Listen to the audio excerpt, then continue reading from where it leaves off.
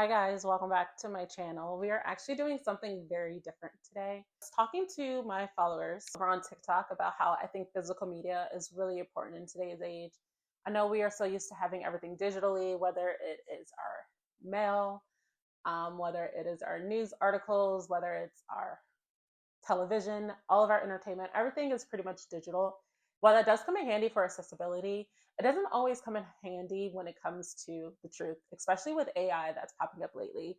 I saw a TikTok of a creator that actually works at Microsoft, and he was talking about A Different World, which is now on Netflix, and it's one of my favorite shows of all time. Like, I love that show, okay? And he was saying how Netflix, you have to have a certain type of quality to be able to be on a streaming platform. And because of that, The Different World was made in the early 90s. They didn't have 4K back then. So, in order to be able to be on Netflix, they had to remaster the whole show. So, what they did is they used AI. Typically, what would happen before AI was able to do this type of thing is they would hire editors, obviously, and they would go frame by frame with the original footage and they will upgrade it that way. It takes a lot of time, it takes a lot of money. So they didn't do that. They'd use AI.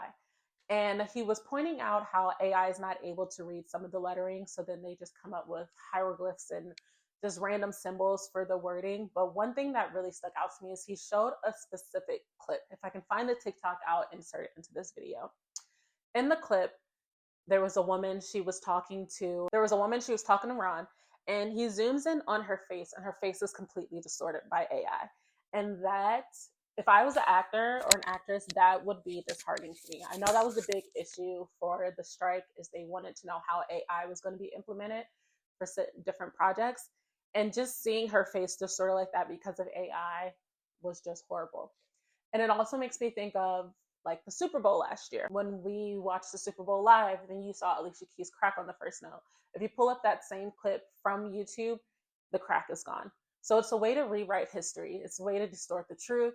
I mean, we see it with our politicians posting crazy videos. And I just think it's important that we have physical media. Now, I was someone who used to collect DVDs. That was mainly like in 2014, 2015, where you can go to Walmart and get a DVD for $5. Actually, I've not been to Walmart, so I don't know if that's still a thing, but I think physical media is important. There are a bunch of TV shows that was released on streaming platforms, and now they're gone.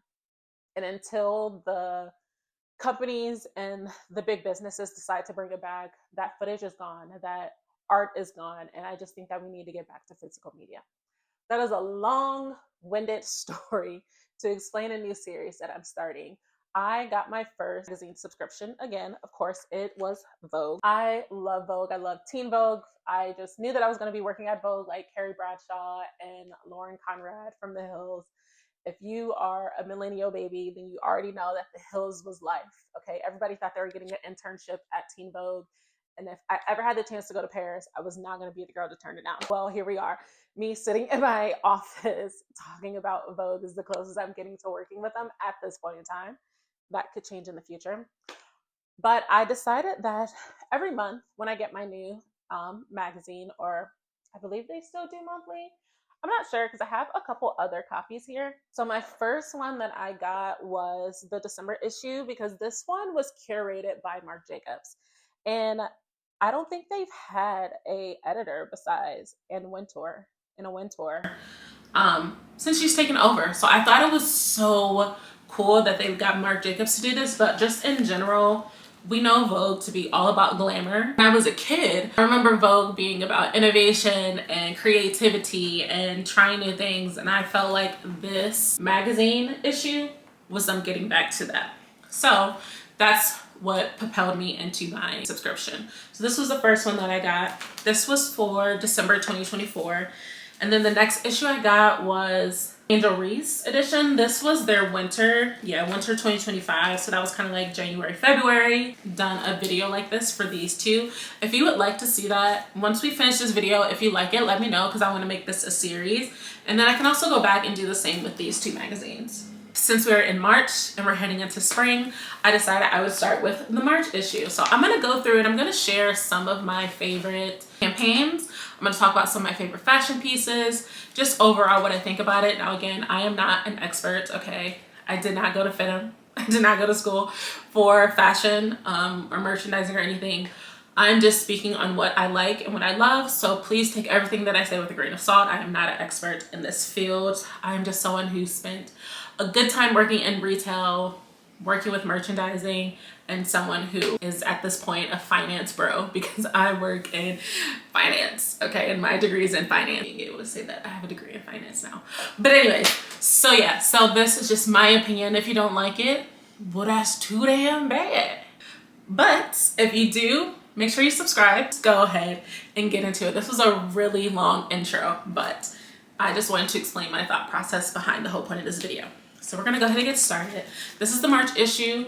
We have Carpenter. First off, she looks so good in this issue. I saw some critiques on TikTok where people were saying, like, is she whole career just gonna be her reimagining? She's been dressing a lot like Nanny Fine, which I think fits her aesthetic. She looks good in it. Everybody wants to dress like Nanny Fine, so what's the issue that Sabrina Carpenter is doing it? But a lot of people had issue with her like channeling Marilyn Monroe, but I was like, it fits her aesthetic, it works, and we're gonna always highlight the greats. One of the first ads that popped up was from Chanel. I love Chanel, one of my favorite fashion houses of all time. When I think about what I want to look like, the type of aesthetic and vibe that I want to give with my fashion, it is 1992 Chanel, which happens to be the year that I was born. It just makes sense. The model, she looks gorgeous, okay, gorgeous. First, we have this tweed look. I love, Chanel just does tweed like nobody else, but I love the black detailing, like the trim that they have and the tulle necklace or scarf that they have. I just think that's so pretty. I think that's a fun way to add edge to such a classic look. Having the silver bag is really fun. Kind of make it a little bit more fun, a little bit more edgy. Like I said, having the black tulle and the metallic bag. I love the CC earrings. I just think they're so gorgeous. But this was really the look that got me. It is this dress. It has, looks like it has like silver buttons and the little feathering on the skirt. I love that. I love the cape. I can't tell if the cape is its own separate piece. I believe so because it looked like it's tied with that black ribbon. So I think it's its own separate piece and it has the feathering. Piece would be gorgeous. I love, love, love, love, love. Pearl choker with the CCs. Kind of reminds me of Vivienne Westwood. Campaigns was by Gucci. They actually have a 4-page spread in this magazine. I think Yara Smith looks so beautiful in this, but what I love more, styling is really nice, but that's not what drawn me to this campaign. It was the lighting and the vibe. They're in what looks like this motel or maybe like an old 70s house. The campaign is called Where Light Finds Us, and I was drawn in by the lighting of this campaign. It just looks very edgy, very moody. But we have Yara and we have George McKay. These are the models. It was shot by Xavier. Love the lighting of this. It just looks so fun, so edgy. Fendi. I love Fendi baguettes. If you are a Sex and the City girl, then you love Fendi baguettes. And I just think this muted sage green color is so pretty, so perfect for the spring. I love the pink background. There's actually a couple campaigns in here that have the pink background, which is perfect for spring. Anytime I see a spring campaign that has flowers in it, I think florals for spring, groundbreaking. It's just beautiful. I think it's just subtle. I think it's just a nice little touch. And just having that little Fendi baguette. This one is a Ralph Lauren campaign. It's just a typical Ralph Lauren campaign. I wasn't really drawn to it. The thing that caught my eye was Lucky Blue, okay? I love Nara Smith. I love her from scratch. I just love watching her cooking videos with her and Couture cooking in the kitchen. It's just like two things that I love, fashion and food, okay? So I was just like, oh, Lucky Blue. I forgot that he actually is a high fashion model. Miu Miu. I think Miu Miu is really fun. I think that they're so cool. And I think they just mix young and fun together. Like, I would never think to put on leg warmers and peep toe heels, but I just think it's fun. I think it's quirky. I think it's chic. But this clutch, the camel clutch, I think it's a clutch. Oh, it has a handle. So you can make it a clutch, make it whatever. I just think it's gorgeous. I just think Miu Miu is so fun. I love Miu Miu. And their next page is like very athletic wear. Trousers with the sweatpants underneath. I just think Miu Miu is fun. And they had like the little mini skirts the last few seasons, and I just think that's like hot girl. hot girl aesthetic. If you are young and fun and hot, you need a mini skirt, okay? I'm in my 30s. I'm also a thick girl. I'm not wearing that. But the young, skinny girls, get your mini skirt. Next we have Pandora. So I don't know if you guys know this, but I used to have a jewelry line and I'm actually working on relaunching that. So anytime I see jewelry photography, I'm always drawn in and love this Pandora campaign. Again, we have the pink background again for spring, but I just think this is fun. It really draws in your eye to look right at the jewelry. I love the fashion. I mean, I love the flowers from the Pandora charms. And I love that in the actual portrait, her face and everything is black and white. And then the only thing that isn't in color is the jewelry. I just think that's so cute. I think that is a great way to draw your eye into the jewelry. I think it really just is a nice, subtle way to make your jewelry pop. I mean, you already have a beautiful girl, so of course your face is already going to be drawn to her, but then having her in black and white and having the jewelry in color is just chef's kiss. Love that. These are some really interesting articles that in this issue, and also Reese, she had a really good article too.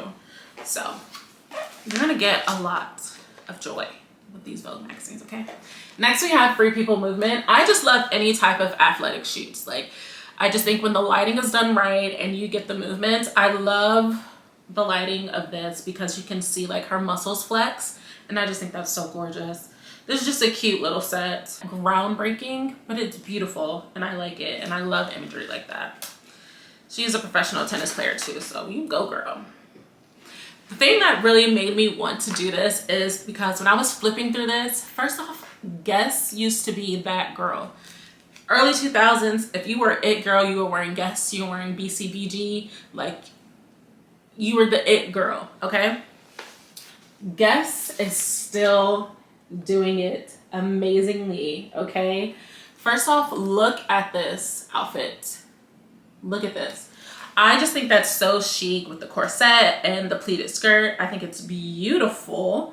I think it's the right amount of sexy with the bust, but then it's also very classic and chic. But this yellow bag, baby, the first time I looked through this magazine, I ran to the Guess website because I want to see if this bag was available. It's not on the website yet, so I'm hoping it will be available soon. I believe it's $190 or like $250 or something like that. It's not bad for a bag. I love this. I just think that yellow is so beautiful. It's like a muted yellow with a little tulle. I just think it's so pretty and I need that bag. And I just think this is what I want to look like in the springtime, okay?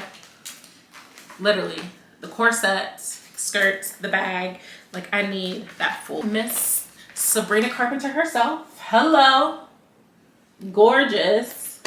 Her whole spread is beautiful. Like, she just gives old Hollywood, old glamour. I just think it's so fun, so sexy, so cheeky.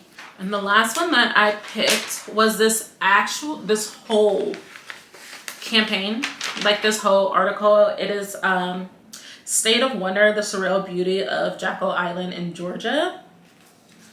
All of the images from this shoot are beautiful, like this model. They look beautiful, like the skin. I do wish the lighting was a little bit better for this one, just so we can really see their features, but they just look so gorgeous. The hair, like, hello. The flower, I die. She looks so beautiful. This just looks so, so gorgeous. I just think this whole shoot was beautifully done. Like, I just think they look amazing. Everything. Like I said, I think this was just kind of like the silhouette that they were going for. It looks beautiful. Her bone structure, gorgeous. That's all of the ones that I picked out from this issue.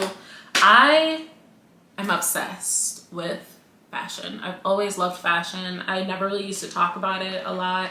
But I think this is a fun way for me to really tap into that side of me and just kind of like share some of the things that I love. If you guys would like me to make this a series, please let me know.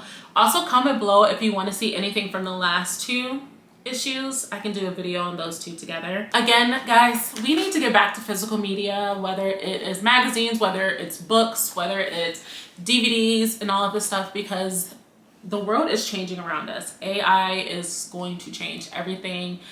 And when I go and tell my kids stuff and they go to look it up, I don't want them to find the edited version. I want them to see the real deal, holy feel, okay? So it's going to be a series that I'm going to do. If there's other magazines that you guys want me to talk about, I think I want to get like a Harper's Bazaar. I used to love that magazine also growing up.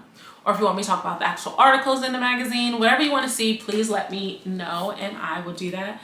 Again, I will have a shorter version of this on TikTok if you prefer to watch a short version. Make sure you follow me over there. I'll also do the long form here on YouTube. Down below if you want to see the other two magazines like I said, and I will see you guys in my next video.